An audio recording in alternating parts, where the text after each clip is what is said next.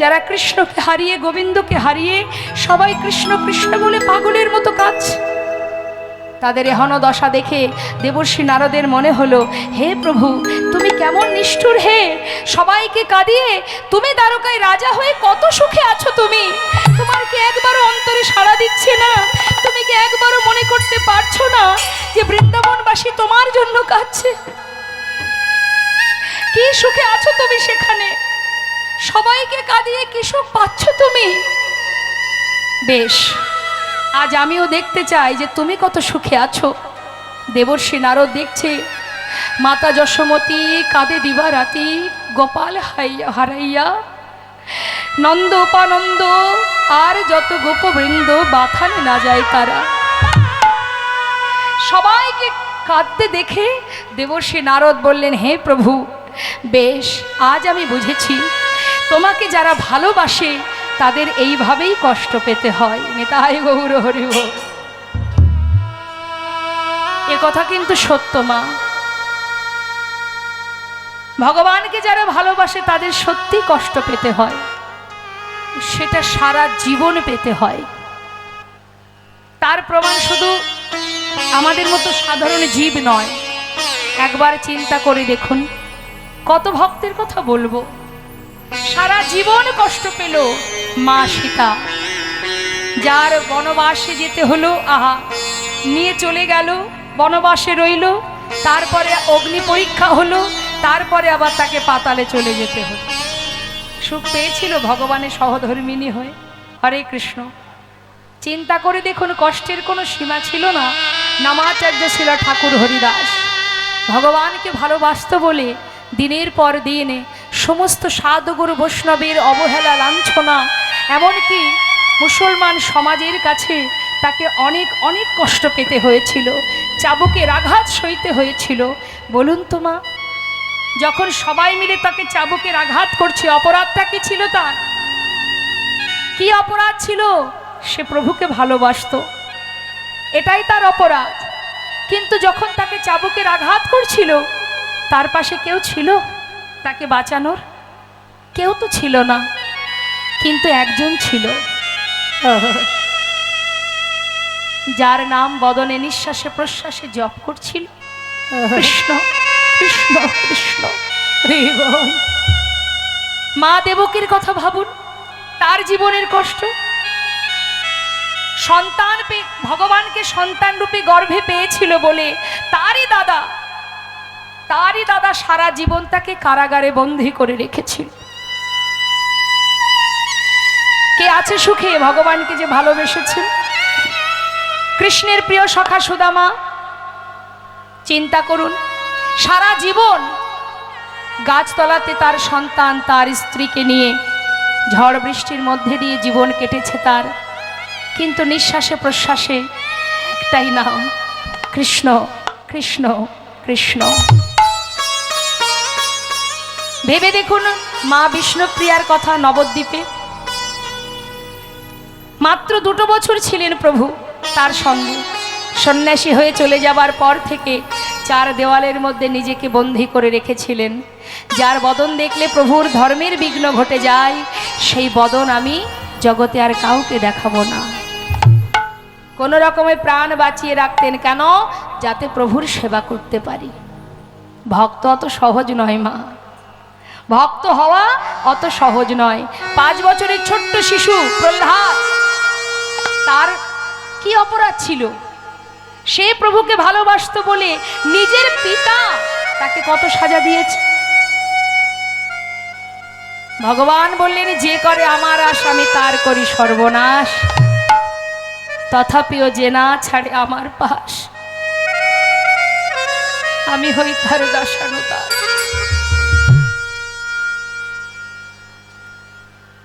অত সহজ নয়। জীবনে যত কষ্টই পাই না কেন, যত দুঃখই পাই না কেন, প্রভু তুমি ছাড়া আমার আর কেউ নাই। একবার চিন্তা করে দেখুন মাতা দ্রৌপদীর কথা। সভাতে তো কত মানুষ ছিল, আমরা কখনো কখনো বলি না যে আমার কেউ নেই। আচ্ছা বলুন তো, দ্রৌপদীর সবাই যখন বস্ত্রহরণ হয় সেখানে তো অনেকেই ছিল, কে তাকে রক্ষা করেছিল? কেউ কি করতে পেরেছিল? কত মানুষই তো ছিল, তার নিজের 5টা স্বামী ছিল, সে তো অর্জুনের কণ্ঠে মালা পরিয়েছিল একজনের সহধর্মিণী হবে বলে, কিন্তু দুর্ভাগ্যবশত তাকে 5 পুরুষের সহধর্মিণী হতে হয়েছিল। শুধু তাই নয়, সভাতে যখন 5 জন স্বামী আছে তা সত্ত্বেও যখন সেই রমণীর বস্ত্রহরণ হয়, এত জন ছিল, এত গুরুজন ছিল, স্বামী ছিল, কেউ তো তাকে রক্ষা করতে আসেনি, একজনই রক্ষা করেছিল। রে বল, তাই রক্ষার মালিক একজনই গোমা। তিনি যেমন দুঃখ দেন তেমন আবার রক্ষাও করেন।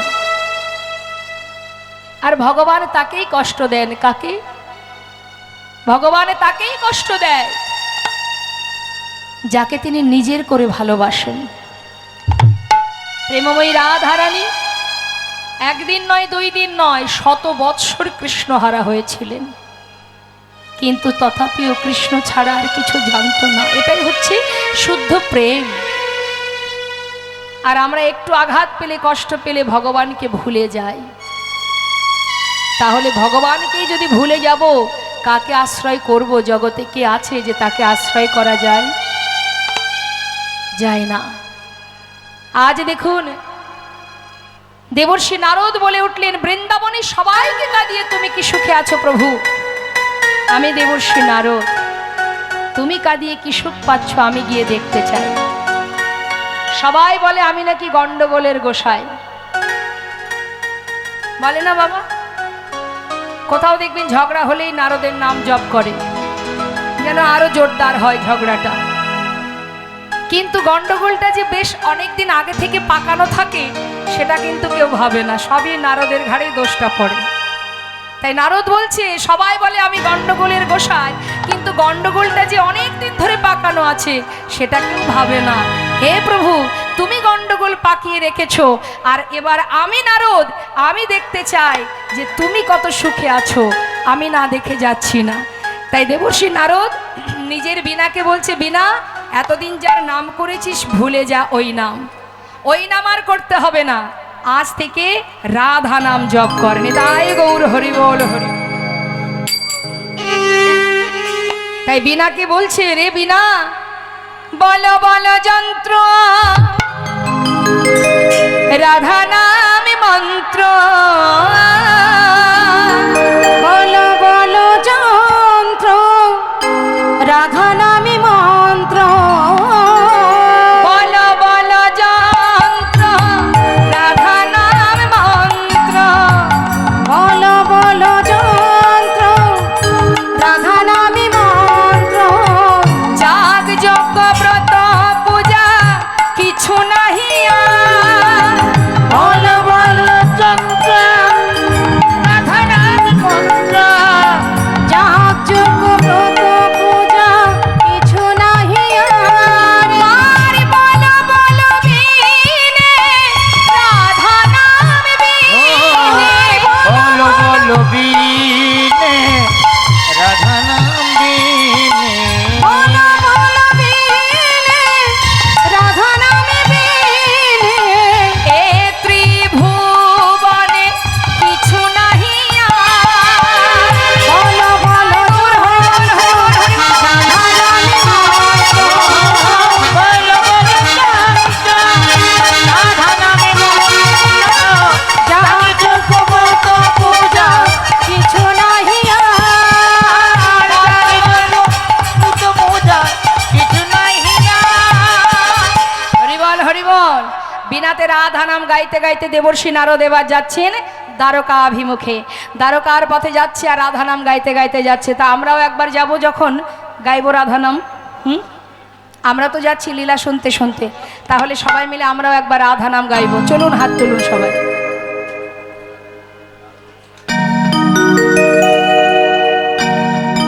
প্রত্যেকে হাত তুলবেন, নাহলে গাইব না। ভগবানের সেবার জন্য যদি হাত থেকে থাকে একবার তুলুন। হাত তো সেটাই যেটা গোবিন্দ সেবায় লাগে। হ্যাঁ, হরিবল হরিবল হরিবল। রাধে রাধে রাধে রাধে রাধে রাধে বল।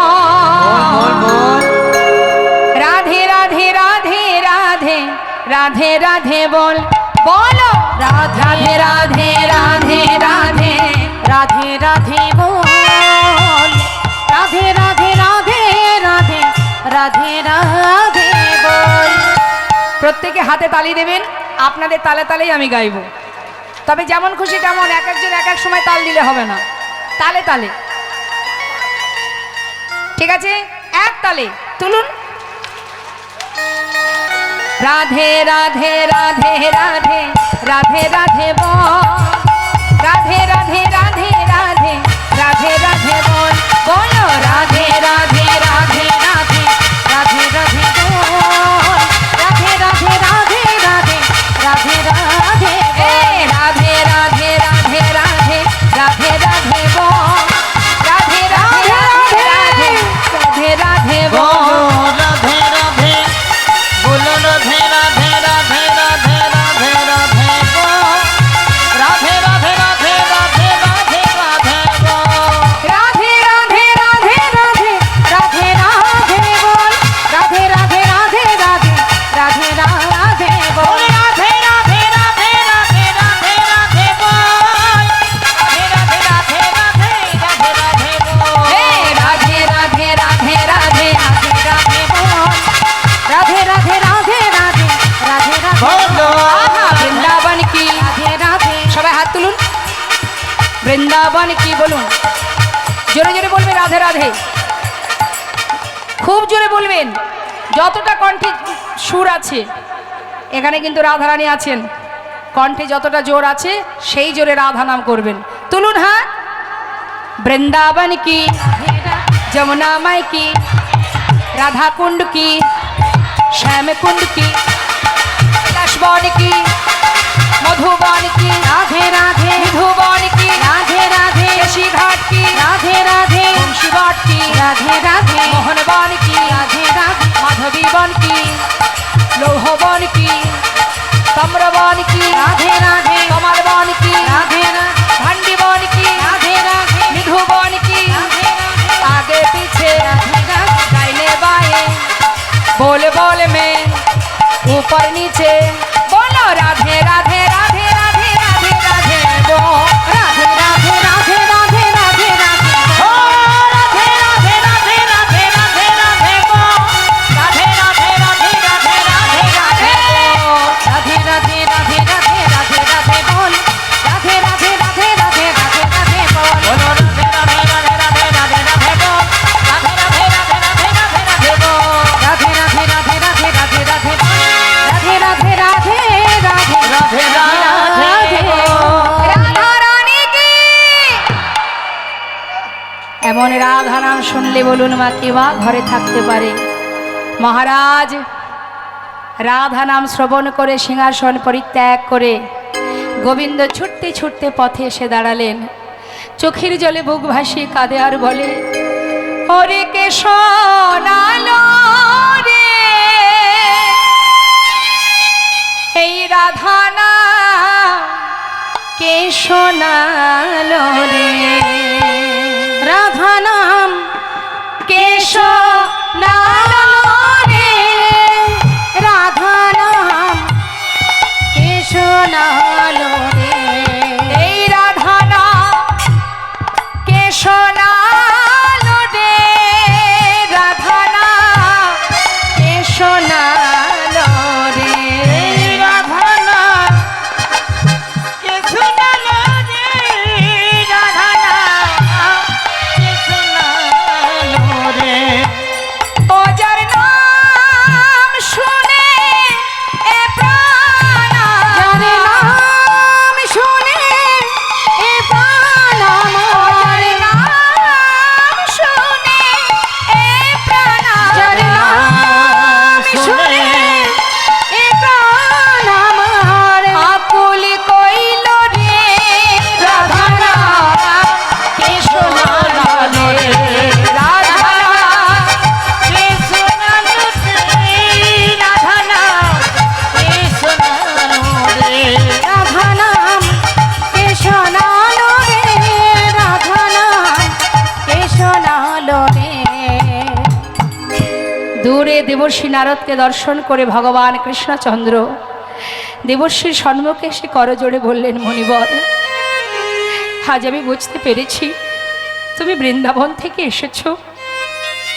এসেছই যখন, একবার বলো তারা কেমন আছে। দাঁড়াও দাঁড়াও শ্যামনগর, হে গোবিন্দ, সে কেমন আছে না আছে, তারা কিভাবে আছে না আছে তুমি জানো না?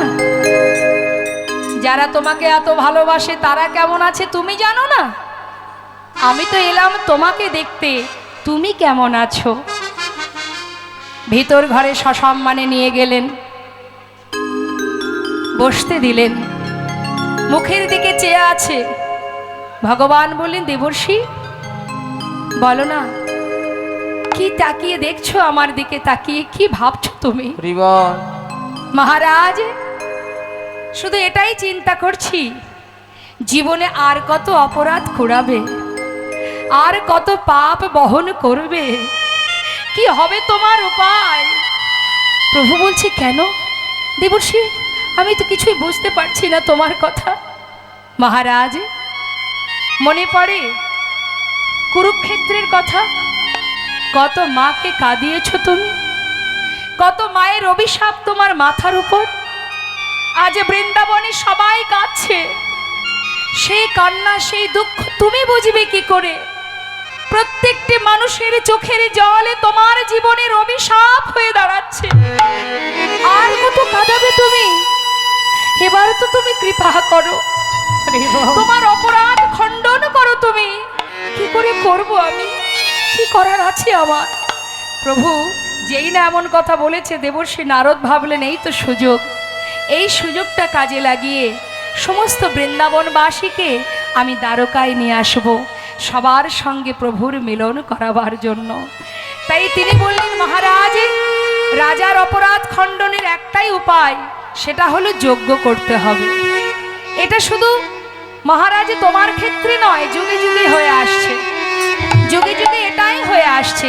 যেমন ত্রেতায় রামের রাজা ছিল, অশ্বমের যজ্ঞ কইল। ত্রেতায় রামের রাজা ছিল, অশ্বমের যজ্ঞ কইল। রামের রাজা ছিল, অশ্বমের যজ্ঞ কইল। দানব্রত যজ্ঞ হবে এবে, মহারাজ দানব্রত যজ্ঞ হবে এবে।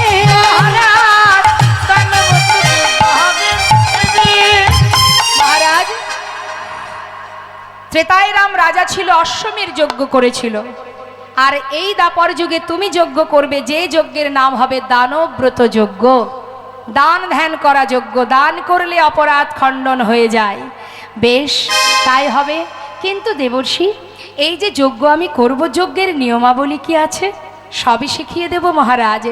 শুনে নাও, এই দানব্রত যজ্ঞে যে যা চাইবে, যে জনা যা চাইবে, হাসি মুখে দিতে হবে। যে জন যা চাইবে, হাসি মুখে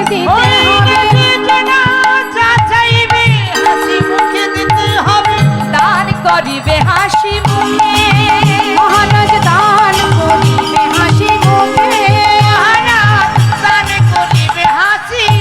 মুখে। শুধু তাই নয়, প্রত্যেকে যা চাইবে সে তো দিতেই হবে। দেবার সময় যেন মুখটা শুকিয়ে না যায়। আমাদের হয় না মা, ইচ্ছা নেই দেবার, তাও দিতে হবে, মনে মনে রাগও হয়, দিয়ে ফেললাম, আহা কি ক্ষতি হয়ে গেল আমার। কিন্তু ধর্মীয় কাজে কৃপণতা করা যাবে না, ধর্মীয় কাজে কৃপণতা করলে হবে না। উদার মনোভাব নিয়ে তোমাকে উজাড় করে সবাইকে সেবা দিতে হবে, দান করতে হবে। আর দান করবার পর যদি তোমার সবই শেষ হয়ে যায়, তারপরেও মন খারাপ করলে হবে। তারপরে কি করবে মহারাজ? তারপরে আরো কাজ আছে। দান দেবার পর দেখবে অনেকের অহংকার জন্মায়। আমি এতগুলো বস্ত্র দান করেছি, আমি কম্বল দান করেছি, আমি অন্ন দান করেছি। দান করার পরে অহংকার আসে না আমাদের মধ্যে? আহা কি অহংকার, যেন সব আমি করেছি, ভগবান দিয়েছে তাই তুমি করেছো। তোমার স্বীকৃতি কি? তোমার কর্মফল ভালো ছিল তাই প্রভুর কৃপায় তুমি পেয়েছো। কিন্তু তুমি যদি মনে করে থাকো সব কিছুর মালিক আমি, তাহলেই মুশকিল তাহলেই মুশকিল। যে সব আমি করেছি, অনেকে বলে না এটা আমি করেছি, না করলে কোথায় পেতে, এ বাড়ি আমি করেছি, এই গাড়ি আমারই কেনা, আমিই করেছি, এত ধন সম্পদ বিষয় প্রতিপত্তি সবই আমি করেছি, ঘোড়ার ডিম করেছি, কিছুই আমরা করিনি।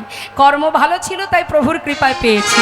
আবার যেদিন আমাদের ভিতর অহংকার জন্মাবে তিনি যেমন দিতে জানেন আবার নিতেও জানেন, নিতেও জানেন, কিভাবে নেবে কে বা জানে।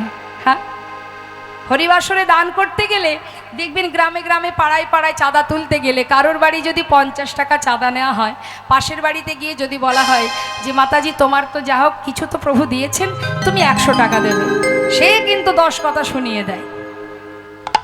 তুমি আমার বাড়ি রেখেছো, আমার এই দেখেছো ওই দেখেছো বলে ভাবছো আমি ধনী, তার বাড়ি 50 টাকা, আমার বাড়ি 100 টাকা কেন নেবে, 10 কথা শুনিয়ে ছাড়বে। কিন্তু তুমি যেদিক থেকেই দেবে না কেন, এদিকে যদি না দাও তোমাকে আর দিক থেকে দিতে হবে, দিতেই হবে তোমাকে, যেমন করেই হোক দিতে হবে। তুমি মনে করছো আমি তাকে দিলাম না, ভগবানের সেবায় দিলাম না, কিন্তু তোমার ওই লক্ষ্মী কি ঘরে থাকবে? মনে হয় থাকবে না। লাগাতে যদি হয়, কর্ম যদি করতে হয়, সঠিক কর্ম করো, সঠিক পাত্রে দান করো, কিন্তু আমরা তো সেটা করি না। কি হলো, ভগবান বলেন তুই দিচ্ছিস না তো, দান করছিস না তো, আজ তুই সব পেয়েছিস, এর পরের জন্মে তোকে এমন করে পাঠাবো, হরি বল, তোকে দাঁড়ে দাঁড়ে ভিক্ষা করে 2 পয়সা পাবি, তাতে সংসার চালাতে হবে, বুঝবি ঠেলা। আর তুই এখন দিবি না, ভগবানের সেবায় দিবি না, এমন একটা পোকা ফল তোকে দেব, সারা জীবনে ডাক্তার হসপিটাল করতে করতে তোর সব শেষ হয়ে যাবে। তার প্রমাণ আছে বাবা। আমি কুচবিহারে এক জায়গায় গিয়েছিলাম প্রোগ্রামে, সেখানকার কমিটিরা দুঃখ করে বলছে জানেন দিদি, ভক্তের বাড়িতে ভিক্ষায় গেলে প্রেসক্রিপশন দেখিয়ে দেয়, দেখো দেখো কত টাকা খরচ হয়েছে, এত হরিবাসরে দেব কি করে চাঁদা, প্রেসক্রিপশনটা দেখাচ্ছে, কারণ এত টাকা খরচ হয়েছে রোগ ব্যাধির পিছনে, এখন তোমাকে যে চাঁদা দেব তোমাকে বেশি দিতে পারবো না, অল্প স্বল্প নিয়ে যাও। তাহলে একদিক থেকে না একদিক থেকে তার অর্থ যাবেই যাবে, যেদিক থেকেই যাক না কেন। তাহলে আমাদের চিন্তা করতে হবে, অর্থ যেমন লক্ষ্মী তো চঞ্চলা, সে তো ঘরে থাকবে না, অর্থাৎ দিতে যদি হয়, করতেই যদি হয়, সঠিক কর্ম করব, সঠিক পাত্রে দেব, তাহলে একটু হলেও একটু তো স্বীকৃতি পাবো, প্রভুর কৃপা পাবো, যাবার পথ পরিষ্কার হবে। নিতাই গৌর হরিবল, গৌর হরি। তাই বলছি মহারাজ, দান করে যদি অহংকার এসে যায়, তার জন্য আরেকটা লাইন আছে, কি সেটা হচ্ছে প্রভু এই যে তুমি দান করলে, দান করার পরে তোমার সব শেষ হয়ে গেল, কিছুই আর রইল না, তারপরে আরেকটা কাজ, সেটা কি সব শেষে দান দিয়া ভিক্ষার ঝুলি কাঁধে লইয়া, ভিক্ষার ঝুলি কাঁধে মহারাজ সব শেষে দান দিয়া, সব শেষে দান দিয়া, ভিক্ষার ঝুলি কাঁধে লইয়া, ভিক্ষা মেগে খাবে মন সুখে, মহারাজ ভিক্ষা মেগে খাবে মন সুখে, মহারাজ ভিক্ষা মেগে খাবে মন সুখে। দান ব্রতের এই তো রীতি, দান ব্রতের এই তো রীতি, দান ব্রতের এই তো রীতি, দান ব্রতের এই তো রীতি, শোনো শোনো হে রাজন, দান ব্রতের এই তো রীতি, শোনো শোনো হে রাজন, দান ব্রতের এই তো রীতি, তোমার দানের অহংকার দূরে যাবে, দানের অহংকার দূরে যাবে, দানের অহংকার দূরে যাবে, দানের অহংকার দূরে যাবে, দান ব্রতের এই তো রীতি, দানের অহংকার দূরে যাবে, দান ব্রতের এই তো রীতি, বলি শোনো শোনো হে রাজন, দান ব্রতের এই তো রীতি, হরি বল, হরি বল, হে রাজন, দান ব্রতের এই তো রীতি, দান ব্রতের এই তো রীতি, হে রাজন, দানের অহংকার দূরে যাবে, ভিক্ষা মেগে খাবে মন সুখে, মহারাজ ভিক্ষা মেগে খাবে মন সুখে, মহারাজ ভিক্ষা মেগে খাবে মন সুখে। নারদের কথা শুনি কহে দেবে চিন্তা মনে, নারদের কথা শুনি কবে দেবে চিন্তা মনে, নিমন্ত্রণের ভারে কে বা লবে, নিমন্ত্রণের ভার দেবা লবে,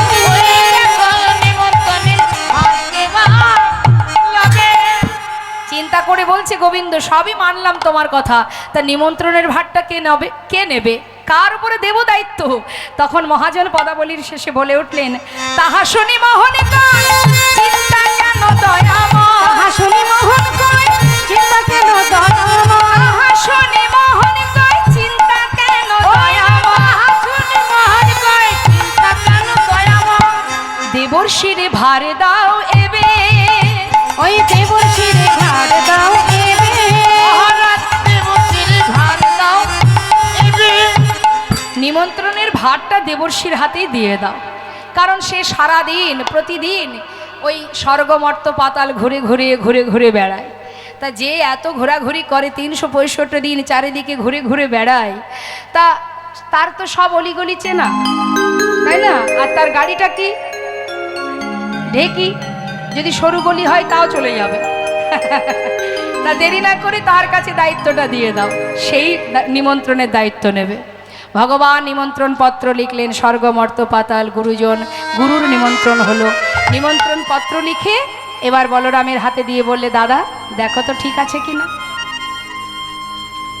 এখন দাদা বললেন, ভাই তুই তো সব জায়গার পত্র লিখেছিস, বৃন্দাবনের পত্র কেন লিখিসনি?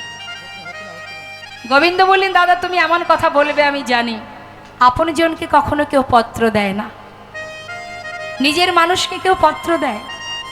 আমি বৃন্দাবনের পত্র সেই কারণেই লিখিনি দাদা। আজ আমি দেখতে চাই, নিমন্ত্রণ করলে সবাই আসে, আর বিনা নিমন্ত্রণে কারা আসে?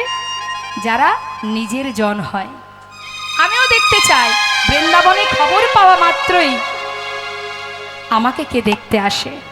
যে আমার কাছে আসবে আমি জানবো সেই হলো আমার একমাত্র আপনজন। নিতাই গৌর হরি হরি। তাই পত্র লিখল না বৃন্দাবনবাসীর জন্য, সেই দুঃখ করেছিলেন সখাগণ এবং রাধারানীর অষ্টসখী। দেখেছিস রায়, সবার জন্য পত্র লিখলো, সবাই পেল পত্র, আমাদের জন্য করলো না, কোনো পত্র দিল না। রাধারানী বলেছিলেন, সখী দুঃখ করছিস কেন? আমরা তো তার নিজের জন, আমাদেরকে সে কেন পত্র দেবে বল? হরি বল হরি বল। কেমন প্রেম দেখুন মা। স্বর্গমত্ত পাতালে নিমন্ত্রণ করে গোবিন্দ, আহা দেবর্ষি নারদ সে কি করলো?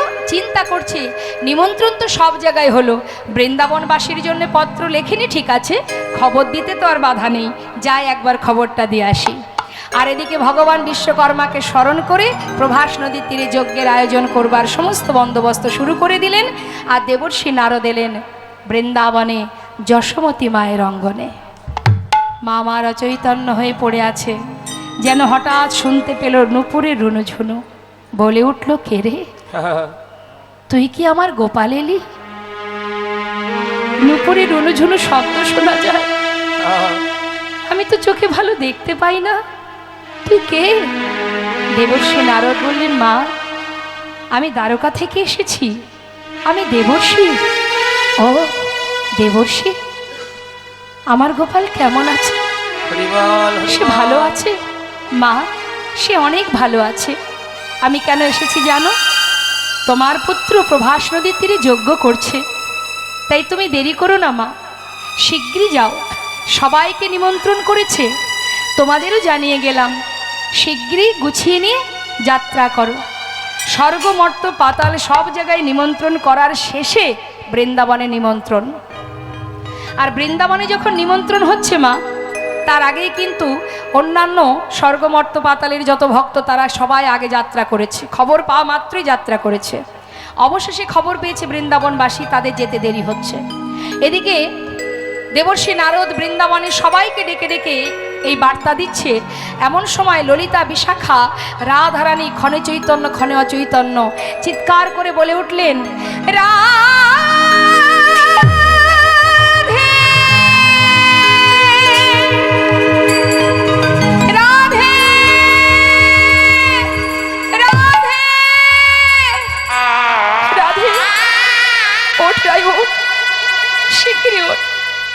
ওই দেখ দেবর্ষি এসেছে, দ্বারকা থেকে এসেছে, চল যাই, তোর বধূ কেমন আছে একবার শুনে আসি, চল ওঠ, শিগগিরই ওঠ। রাধারানীকে ধরে নিয়ে দেবর্ষি নারদের কাছে। দেবর্ষি বলছে, তোমরা কেঁদো না, সে ভালো আছে, তারা ভালো আছে, তারা যজ্ঞ করছে, তোমাদের কাছে এসেছি সেই বার্তা নিয়ে, তোমরা যে যা পারো তাড়াতাড়ি যাত্রা করো। শোনো শোনো, প্রভাসেতে যজ্ঞ করে কৃষ্ণ বলরাম, প্রভাসেতে যজ্ঞ করে কৃষ্ণ বলরাম, প্রভাসেতে দেখো, প্রভাসেতে যজ্ঞ করে কৃষ্ণ বলরাম।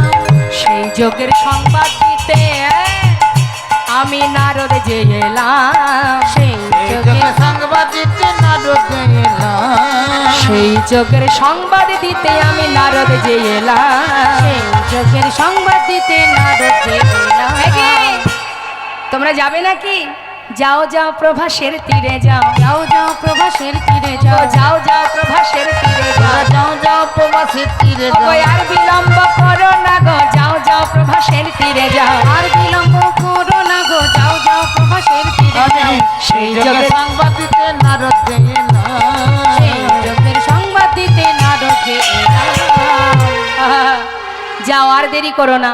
রাধারানী যখনই খবর পেল যে প্রভাসের তীরে যজ্ঞ করছে, মনের আনন্দে রাধারানী মনস্থির করলেন, আমি আর বৃন্দাবনে থাকবো না। যে বৃন্দাবনে আমার বধূ নেই, যে বৃন্দাবনে আর কোনো লীলা হয় না, সেই বৃন্দাবনে আমি আর থাকবো না, আমার বধূর দেশে চলে যাব। তাই রাধারানী আমার এই যজ্ঞের খবর পেয়ে ঘর থেকে যাত্রা করেছে। যজ্ঞ বার্তা পেয়ে যাত্রা করিলেন রায়, আয় বালা গো। যোগবাতা পেজাতা চলিলেন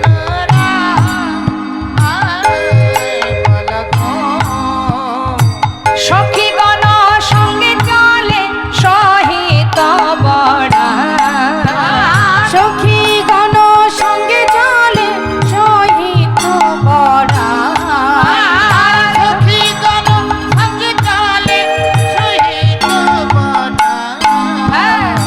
যোগবার্তা পেয়ে যাত্রা করিলেন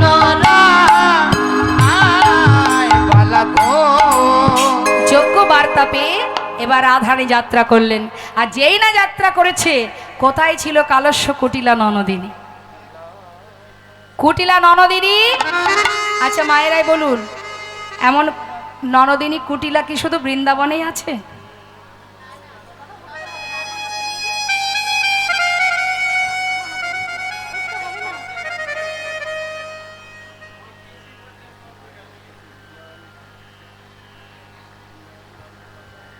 সন্তান মাতা পিতার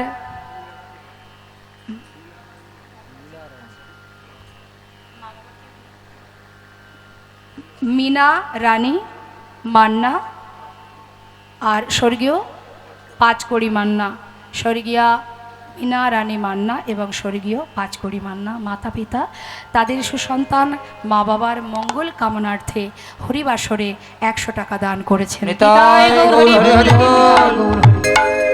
জয় রাধে। আচ্ছা, আমি বুঝতে পারছি আপনারা ভালোবেসে হরিবাসরে দান করতে আসছেন, কিন্তু যেহেতু লীলা চলছে, জয় রাধে রাধে। আস্তে বাবা আস্তে। হ্যাঁ, আর এক বাবা, তিনিও 500 টাকা দান করেছেন। ঠিক আছে। আপনারা যদি দিতে চান, আমি লীলার শেষে সবাই আসবেন, আমি অবশ্যই সবার কাছ থেকে দক্ষিণা নেব। কিন্তু এখন যশোদা টেলিকম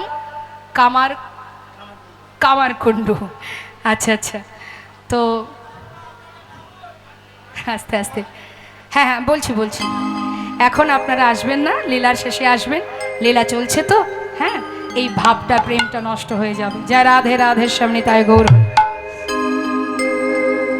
তাই এবার কি হলো মা? কুটিলা ননদিনী তিনি এসে দাঁড়ালেন রাধারানীর সামনে। এই বউ, তখন কুটিলা কহে কুটিলে রাখালেতে মনুষ্য পিলে।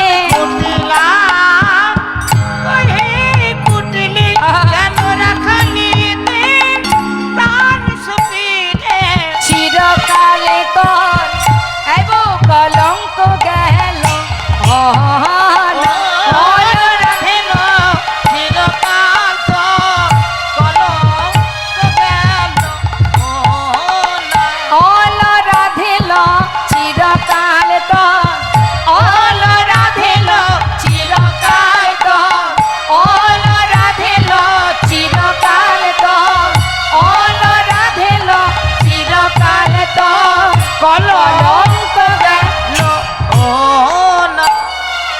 কি বললেন কথাটা?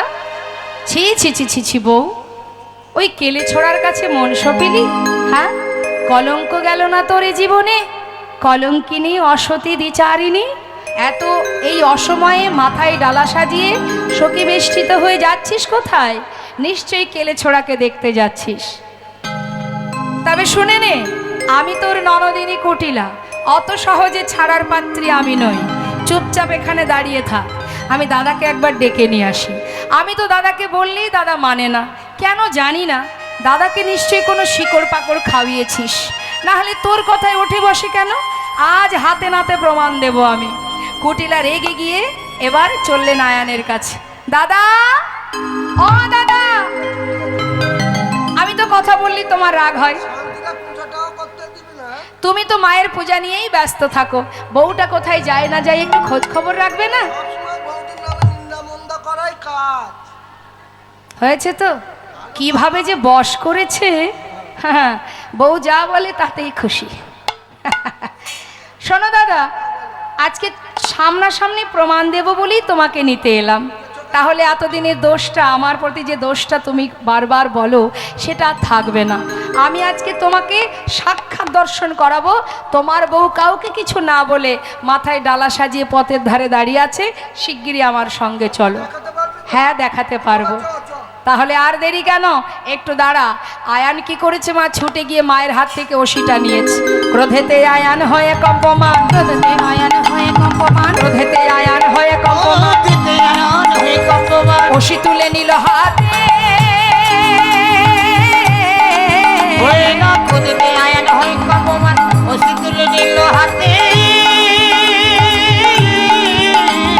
কাঁপিতে কাঁপিতে দাঁড়ালো আসিয়া কুটিলার সম্মুখেতে, কাঁপিতে কাঁপিতে দাঁড়ালো আসিয়া কুটিলার সম্মুখে।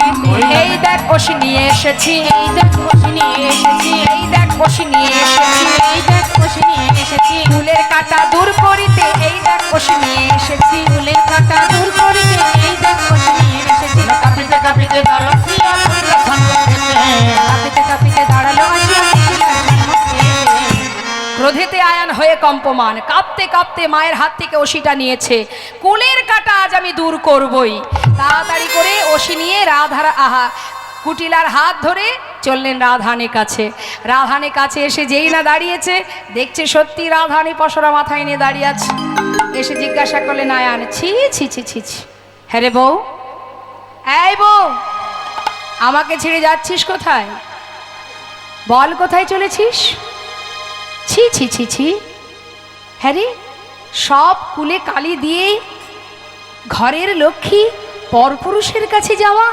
নিজ পতি তেজি পরপতি ভোজি, নিজ পতি তেজি পরপতি ভোজি, নিজ পতি তেজি পরপতি ভোজি, মজিলি রাখাল সহানে।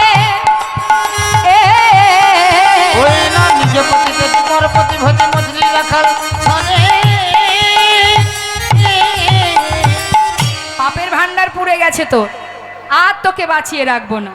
হলো পুণ্যকাল ঘুচাবো জঞ্জাল, এই ছিল তোর কপালে। হলো পুণ্যকাল ঘুচাবো জঞ্জাল, এই ছিল তোর কপালে। হলো পুণ্যকাল ঘুচাবো জঞ্জাল,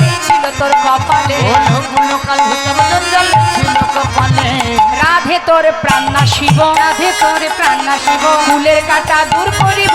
রাধে তোর প্রাণ শিব, ফুলের কাঁটা দূর করিব, রাধে তোর প্রাণ নাশিব। হলো পুণ্যকাল ঘুচাবো জঞ্জাল, এই ছিল তোর কপালে। পাপের ভান্ডার পুড়ে গেছে, পরিপূর্ণ হয়ে গেছে, তাই জঞ্জাল ঘোচাবার জন্য, কুলের কাঁটা দূর করবার জন্য আমি ওষি নিয়ে এসেছি। তোকে আর আমি বাঁচাবো না। মায়ের চরণে বলি দিয়ে তারপরে ঘরে ফিরবো। আয়ান যেই না আঘাত করতে যাবে রাধানীকে, রাধানীর প্রাণ নেবে, এখন সঙ্গে সঙ্গে রাধানী মনে মনে ভাবলেন, উপযুক্ত সময় হয়েছে আয়ানকে পুরবের কথা স্মরণ করানোর। তাই রাধানী দেরি না করে যোগমায়া পূর্ণমাসী মা যোগমায়াকে স্মরণ করলেন। মা যোগমায়া রাধারানীর অঙ্গে ধারণ করে কালী মূর্তি হয়ে দাঁড়ালেন রাধারানী। নবকদম্বিনী যিনি রসের পরিপাটি, নবকদম্বিনী যিনি রসের পরিপাটি, নীল শাড়ি খসাইয়া পরায় অরুন্ধতী, নীল শাড়ি খসাইয়া পরায় অরুন্ধতী, কালী মূর্তি হয়ে রায় দাঁড়াইল, কালী মূর্তি হয়ে রায় দাঁড়াইল, কালী মূর্তি হয়ে রায়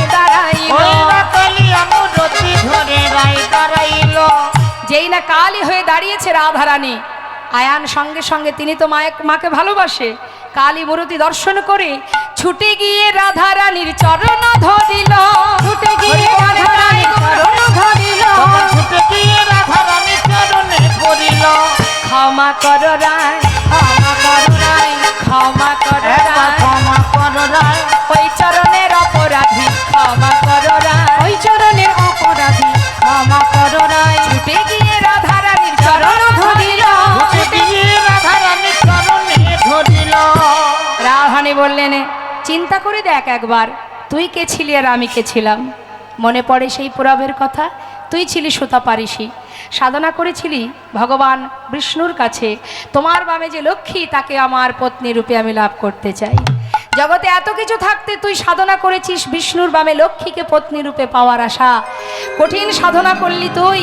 প্রভু গিয়ে বলল, দেখো সুতাপা, তুমি আমাকে লক্ষ্মী ছাড়া করো না, এই বর বাদ দিয়ে তুমি অন্য কোনো বর চাও, আমি তোমাকে এই বর দিতে পারবো না। তখন তুই সেই কথা শুনে এক পায়ে দাঁড়িয়ে কঠিন তপস্যা করেছিলি। ভগবান আবার তোর কাছে গিয়ে বলেছিল, ওরে সুতাপা, তোর কি মত বদলেছে? অন্য কোনো বর? না প্রভু, আমার একটাই চাওয়া, তোমার বামে যে লক্ষ্মী তাকে আমি আমার পত্নী রূপে পেতে চাই। বাঞ্ছা কল্পতরু ভগবান যতবার বলে দিতে পারবো না, ততবার ভক্ত বলে ওঠে, তাহলে তুমি কিসের বাঞ্ছা কল্পতরু? ভক্তের বাঞ্ছা পূর্ণ করতে পারো না? আহা, কেমন ভক্ত দেখুন মা। চলে যাও তুমি, চাই না তোমার বর। ভগবান বললেন, বেশ, মনোবাঞ্ছা পূর্ণ হবে। তখন স্বয়ং লক্ষ্মী বলেছিল, রে সুতাপা, এত কিছু থাকতে তুই যখন আমাকেই তোর ঘরণী করে পেতে চাস, আমি অবশ্যই তোর ঘরের ঘরণী হব, কিন্তু তুই হবি নপুংস। নিতাই গৌর হরি বল। সেই থেকে কিন্তু মাতৃজ্ঞানে ভালোবাসতেন আয়ান। তাই আজ যেই এই কথা বলেছে মা, আয়ানের পুরাবের কথা মনে পড়ে গেল। আয়ানের হলো চৈতন্য, বলে শ্রীমতী তুমি ধন্য, ভ্রান্তে চিনতে না পেরে বলেছি কত কুবচন। ভাবতে চিনতে না পেরে বলেছি কুবচন। আমি ভ্রান্তে চিনতে পারিনি। হ্যাঁ, তুমি আমায় ক্ষমা করে দাও। শুধু তোমার কাছে একটি বাসনা রাখি, যেদিন আমার অন্তিম সময় আসবে সেই দিন যেন তোমাদের যুগল একবার দর্শন পাই। জটিলা কুটিলা বলে উঠলেন, এতদিন তোকে ঘরে বেঁধে রেখেছিলাম শুধু যুগল দর্শন পাওয়ার আশায়। ওরে বউ, আমাদের মনে একটা বাসনা, এ জীবনে যখন ঘরে বেঁধে রেখেও যুগল দেখা হলো না, মৃত্যুকালে যেন একবার তোদের যুগল দেখতে পাইনি। তাই গৌর হরিবল হরিবল। সবাইকে আশীর্বাদ করে রাধারানী সখী বেষ্টিত হয়ে চলে গেলেন দ্বারকায়। বৃন্দাবনবাসী যখন প্রবেশ করলো দ্বারকায়, তখন দ্বারকার 4টে দ্বারই বন্ধ হয়ে গেছে।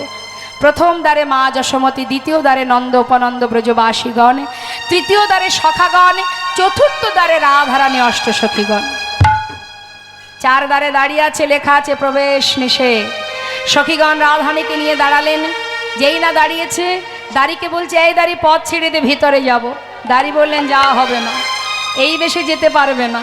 তোমরা রমণীগণ শুদ্ধ বসন পরে স্নান করে শুদ্ধ বসন পরে এসো, তারপরে তোমাদেরকে যেতে দেব। সখীরা বলে উঠলেন, শোন শোন, তুই আমাদেরকে স্নান করতে বলছিস? কোথায় স্নান করতে যাব? গঙ্গায়। শুনে নে, যে গঙ্গাতে স্নান করতে যেতে বলছিস, সেই গঙ্গার সৃষ্টি কোথায় জানিস? তোদের যে মহারাজ, সেই মহারাজের চরণতলে। তাই বলি, শুনে রাখ। হ্যাঁ রে, এই দাঁড়ি।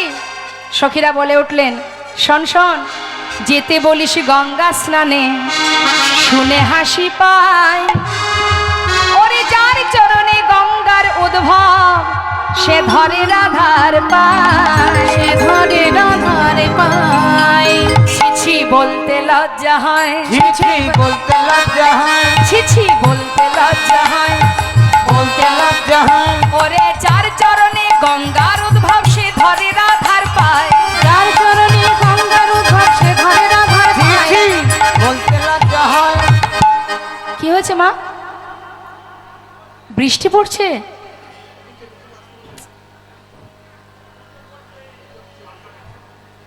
খুব জোরে হচ্ছে কি?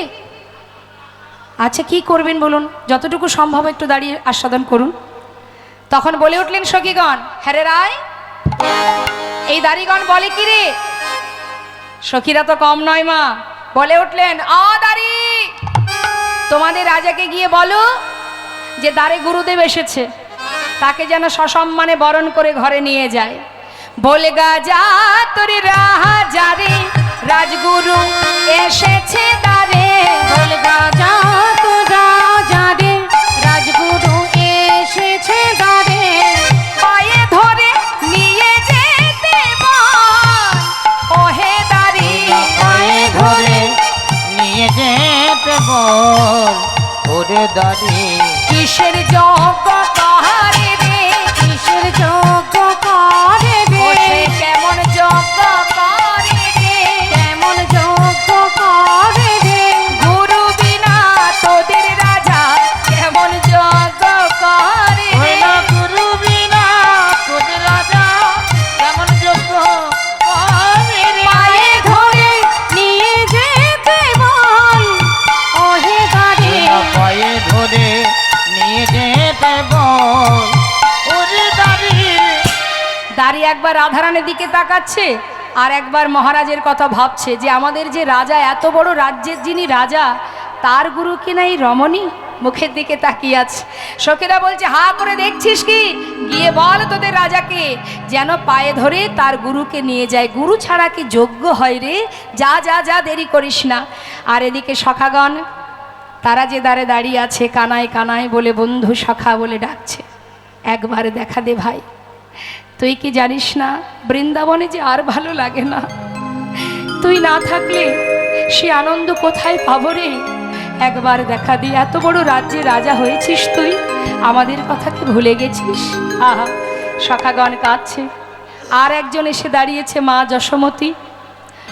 মা যশোমতী আমার, তিনি দ্বারে এসে পাগলিনীর বেশ মা, অঙ্গের বসন খুলে গড়াগড়ি যায় ধোলায়।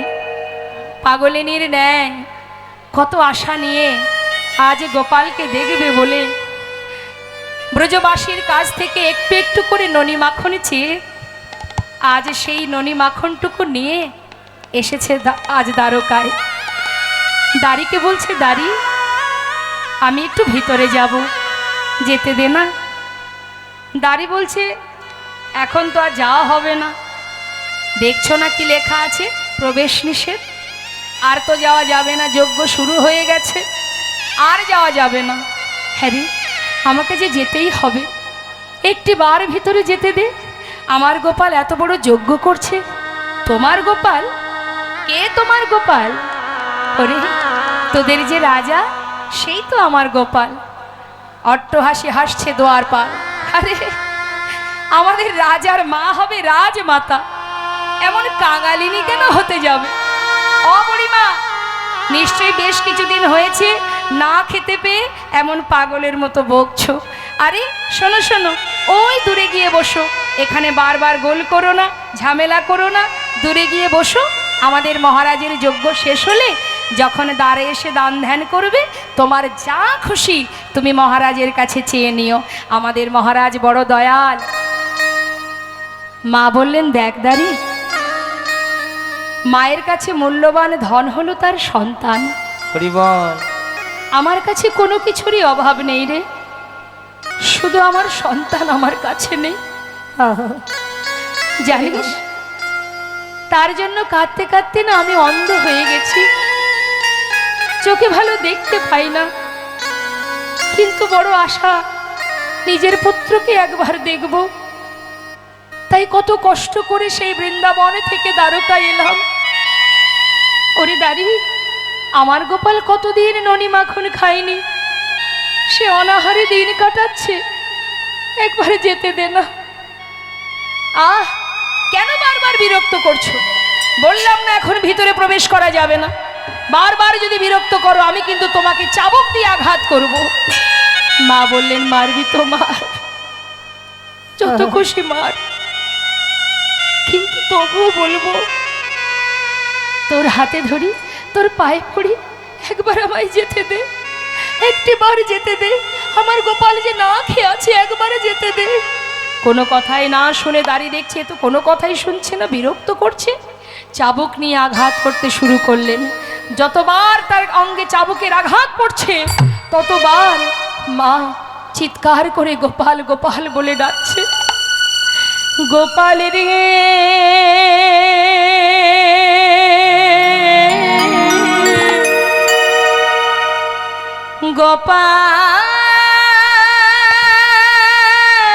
গোপাল রে,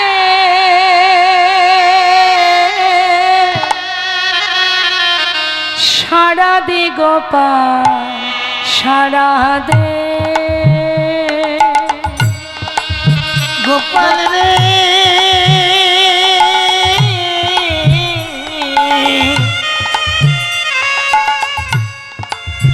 একবার সারা দে গোপাল সারা দে, গোপাল রে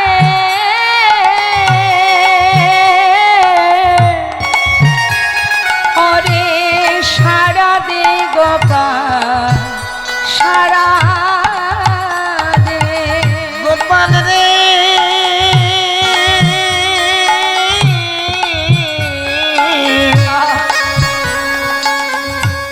সারা দে গোপাল সারা দে, অভাগিনী মা তো, অভাগিনী মা তোর, অভাগিনী মা তো ফোকারে কাঁদে রে, একবার সারা দে গোপাল সারা দে,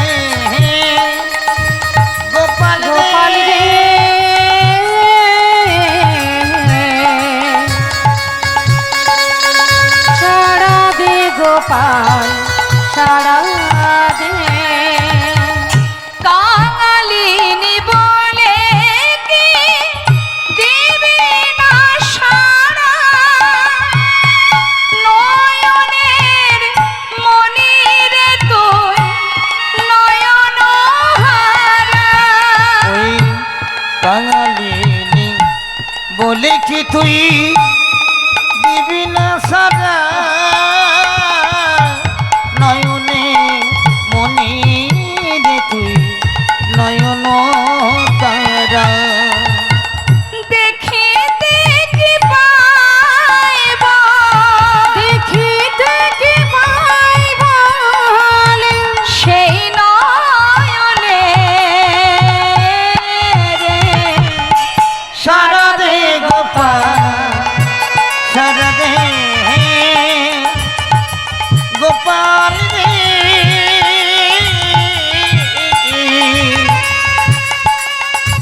সারা দে গোপাল সারা দে,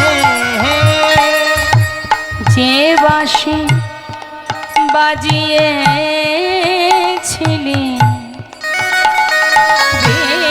বৃন্দাবনে, সে বাঁশি বাজা আবার সবারই কানে, যে বাঁশি বাজিয়েছিলে বৃন্দাবনে, সে বাঁশি বাজাও আবার সবারই কানে, ওরে গোপাল রে ওরে আমার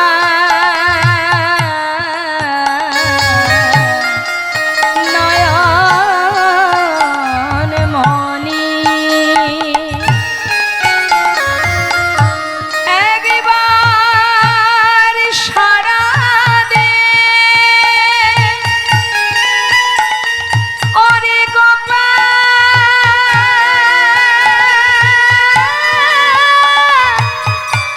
গোপাল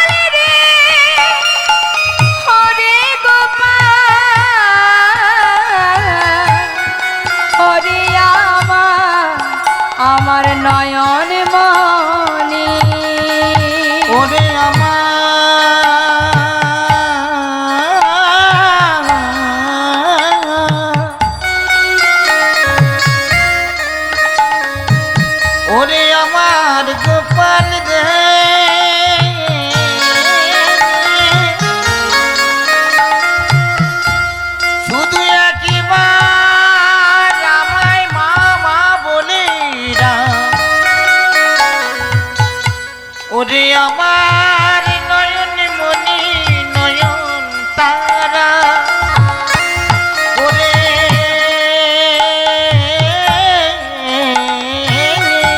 হরি বল। গোপাল রে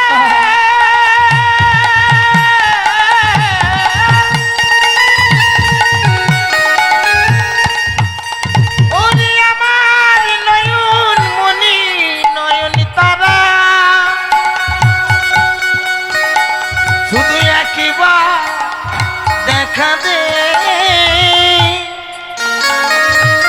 গোপাল রে ওরে আমার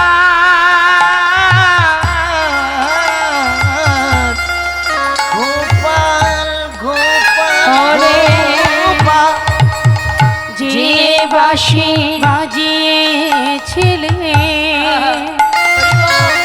বৃন্দাবনে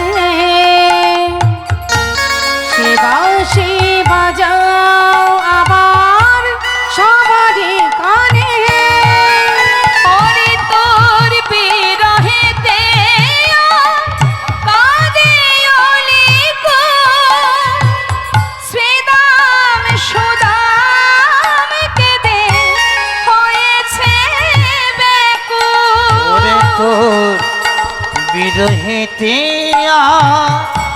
কাঁদেয়লি কুল শ্রীদাম সুদাম কেঁদে হইয়া বেকুল ওরে তোর বিরহেতে কাঁদে অলিকো, শ্রীদাম সুদাম কেঁদে হয়েছে ব্যাকুল। সোনার ব্রজ সোনার ব্রজ আজ সোনার ব্রজ আধার হলো সারা রাতে গোপাল নিতাই গৌর হরি বল, হরি বল। গোপাল রে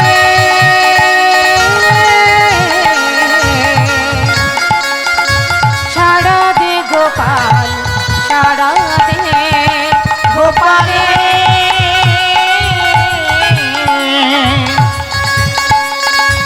সারা দে গোপাল সারা দে সারা দে গোপাল সারা দে সারা দে গোপাল সারা দে মা কাজ, মা যদি কাঁদে সন্তানের তো অন্তরে সাড়া দেবে।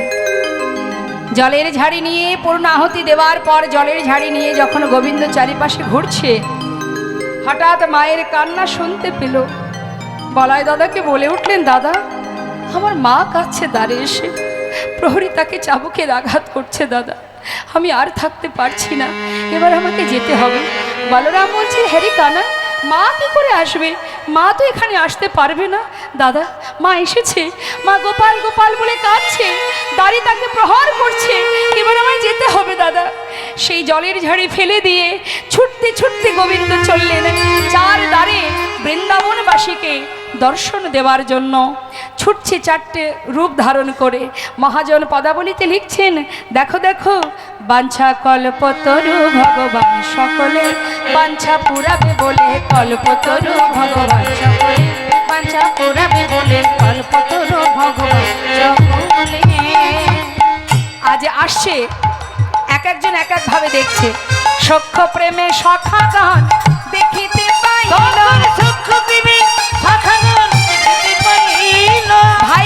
ভাই কানাই বলে কাঁধে তুলে নিল, ভাই কানাই ভাই কানাই বলে কাঁধে তুলে নিল, ভাই কানাই ভাই কানাই বলে কাঁধে তুলে নিল। কল্পতরু ভগবান সকলে বাঞ্ছা পুরাবে বলে কল্পতরু ভগবান সকলে তারপরে কি করলো মা? নন্দয়োপানন্দ দেখে দোয়ারে দাঁড়ায়, নন্দয়োপানন্দ দেখে দুয়ারে দাঁড়ায়, প্রাণ গোবিন্দ আসে দুটি বাধা মাথায় লয়ে, প্রাণ গোবিন্দ আসে বাধা মাথায় লয়ে, ওরা প্রাণবিনয় আছে দুটি বাধা মাথা নয়ে প্রাণ গোবিন্দ আসে দুটি বাধা মাথায় বাঞ্ছা লয়ে। কল্প কল্পতরু ভগবান সকলে বাঞ্ছা পুরাবে বলে কল্পতরু ভগবান বলে আর এদিকে মা কি করলেন? গোপাল ছুটতে ছুটতে আসছে, গোবিন্দ ছুটে এসে কি করলেন? আজ মা দেখছে কি, আহা বাৎসল্য ভাবেতে গেল ওই মা যশোদার কোলে। বাৎসল্য ভাবেতে গেল মা যশোদার কোলে। মায়ের কোলে যেই না গেছে, মা কি করছেন? ক্ষীর স্বর্ণ বনি দেয় গোপালের বদনে, ক্ষীর স্বর্ণ বনি ধরে বদনে বদনে, ক্ষীর স্বর্ণ বনি দেয় গোপালের বদনে, ক্ষীর স্বর্ণ বনি দেয় গোপালের বদনে। কল্পতরু ভগবান সকলে বাঞ্ছা পুরাবে বলে কল্পতরু ভগবান সকলে মা গোপালকে সেবা দিচ্ছে, দ্বারপাল দেখে অবাক, সর্বনাশ! একজন কাঙালিনী ভিখারিনী তার কোলে মহারাজ বসে ননি সেবা করছে, এ কি করে মা হতে পারে? আমাদের মহারাজের মা তো মাতা দেবকী, ইনি কি করে মা হবেন? বার্তাটা দিয়ে এলো কোথায়? না, চলে গেল মা দেবকীর কাছে।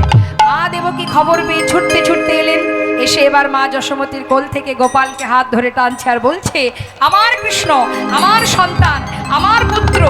আর মা যশোমতী গোপালকে চেপে ধরে বলছো, আমার কানাই, আমার সন্তান, আমার গোপাল। এখন দ্বারকাবাসীও তো চিন্তায় পড়ে গেল, সত্যি তাহলে মাকে। তারাও বলতে লাগলেন যে দেখো, তোমরা দুই মায়ে যদি এক সন্তানকে এইভাবে টানাটানি করো, আমাদের মধ্যেও তো চিন্তা বেঁধে যায়। তাই আমাদের এই কৌতূহল, আমাদের চিন্তাটাকে আমরা পরিষ্কার করতে চাই। দুই মাকে পরীক্ষা দিতে হবে, প্রকৃত মাকে সেটা আমরা দেখতে চাই না। তাই গৌর হরি বল।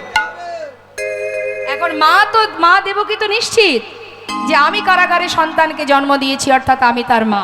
মা দেবকী বললেন, আমি আগে পরীক্ষা দিয়ে দিই, কারণ আমি জানি আমার সন্তান, সে আমারই পুত্র, আমি তাকে গর্ভে ধারণ করেছিলাম, এর জন্য আবার পরীক্ষার কিংবা প্রয়োজন? বেশ, তোমাদেরকে প্রমাণ দেওয়ার জন্য আমি অবশ্যই পরীক্ষা দেব। এটা কিন্তু সম্পূর্ণটাই মা, তার ভিতরে আত্ম অহংকার, তাই অহংকারে বশীভূত হয়ে মা দেবকী পরীক্ষা দেবেন। এখন নিয়মটা কি? পরীক্ষায় শতবস্ত্র পরপর টানানো হবে, 100টা বস্ত্র টানানো হবে। এই শতবস্ত্রের একদিকে থাকবে দুই মা, একদিকে থাকবে গোপাল। যে মা তার স্তনদুগ্ধ শতবস্ত্র ভেদ করে গোবিন্দের শ্রীবদনে দিতে পারবে, সেই হচ্ছেন গোপালের প্রকৃত মা। হ্যাঁ, আমরা প্রমাণ করে দেবো সেই প্রকৃত মা। মা দেবকী বললেন, বেশ, আমিই প্রমাণ দেব। এবার মা কি করলেন? তাড়াতাড়ি করে পরীক্ষায় দাঁড়িয়ে গর্বে দেবকী সস্তন ধরে, গর্বে দেবকী সস্তন ধরে, গর্বে দেবকী সস্তন ধরে, গর্বে দেবকী সস্তন ধরে, প্রথম বসন ভেদে না করে, প্রথম বসন ভেদে না করে, প্রথম বসন ভেদে না না প্রথমে বচন ভেদ না করে, ভেদ হলো না, ভেদ হলো না, ভেদ হলো না, ভেদ হলো না, প্রথম বসন ভেদ হলো না, প্রথমে বচন ভেদ হলো না, প্রথম বসন ভেদে না করে, প্রথম বসন ভেদে না করে। হলো না? একটা বস্ত্র ভেদ হলো না, শত বস্ত্র পড়ে থাক। মা দেবকী অবাক হলেন, কেন আমি দিতে পারলাম না? আমি তো তাকে জন্ম দিয়েছি, আমি কেন আমার স্তনদুগ্ধ গোপালের বদনে দিতে পারলাম না? সবাই দ্বারকাবাসী বললেন, মা তোমার পরীক্ষা হয়ে গেছে, এবার মা যশোমতীর পরীক্ষা। মা যশোমতী দাঁড়ালেন, তিনি বললেন, গোপাল, মনে মনে, এটাই হচ্ছে ভক্তি। মা মনে মনে বললেন, কি বললেন? গোপাল, সমাজের কাছে যদি আমি হেরে যাই পরীক্ষায়, সবাই জানবে আমি তোর মা নই, কিন্তু আমি তো জানবো যে তুই একমাত্র আমার সন্তান, তুই আমার কানাই, তুই আমার গোপাল। তাই মা আমার চোখের জলে কাঁদছেন, বুক ভাসিয়ে কাঁদছেন, আর পরীক্ষায় দাঁড়িয়ে তিনি গোপালকে চিৎকার করে ডাকছেন, গোপাল গোপাল গোপাল বলি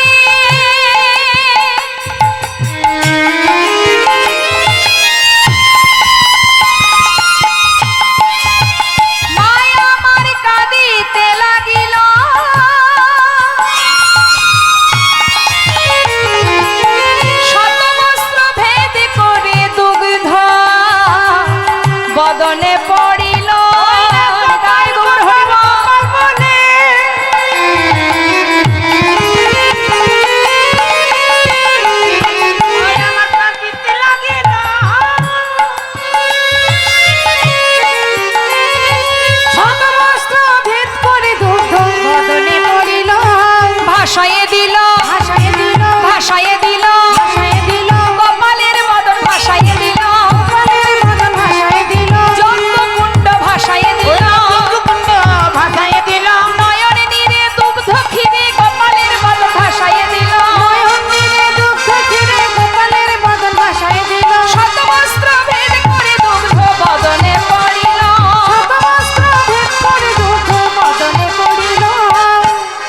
তাহলে প্রকৃত মা কে হলো?